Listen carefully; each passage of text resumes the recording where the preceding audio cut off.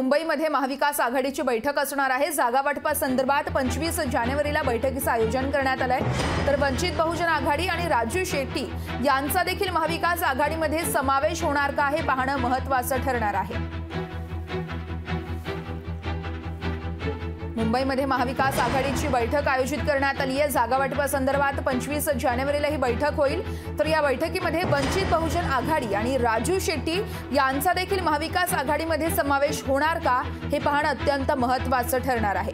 तर त्या जागा वाटपासंदर्भातला तिढा सुटणार का याकडे देखील बघणं महत्त्वाचं ठरेल। महाविकास आघाडीमध्ये राजू शेट्टी यांचा स्वाभिमानी शेतकरी संघटना हा पक्ष आणि वंचित बहुजन आघाडी हे दोन्ही पक्ष महाविकास आघाडीमध्ये येणार का हे पाहणं महत्त्वाचं ठरणार आहे। त्या अनुषंगानेच मुंबईमध्ये महाविकास आघाडीची बैठक आयोजित करण्यात आली आहे। जागा वाटपासंदर्भात 25 जानेवारीला ही बैठक होईल आणि या बैठकीमध्येच वंचित बहुजन आघाडीचे आणि राजू शेट्टी यांचा स्वाभिमानी शेतकरी संघटना हा पक्ष महाविकास आघाडीमध्ये समावेश होणार का हे बघणं महत्त्वाचं ठरणार आहे। या संदर्भात अधिक माहिती जाणून घेऊयात। आमचे प्रतिनिधी अजय अडसूळ आपल्यासोबत फोन लाईनवरून जोडले जात आहेत। अजय, आपण बघतोय महाविकास आघाडीची जागा वाटपासंदर्भात 25 तारखेला बैठक असणार आहे।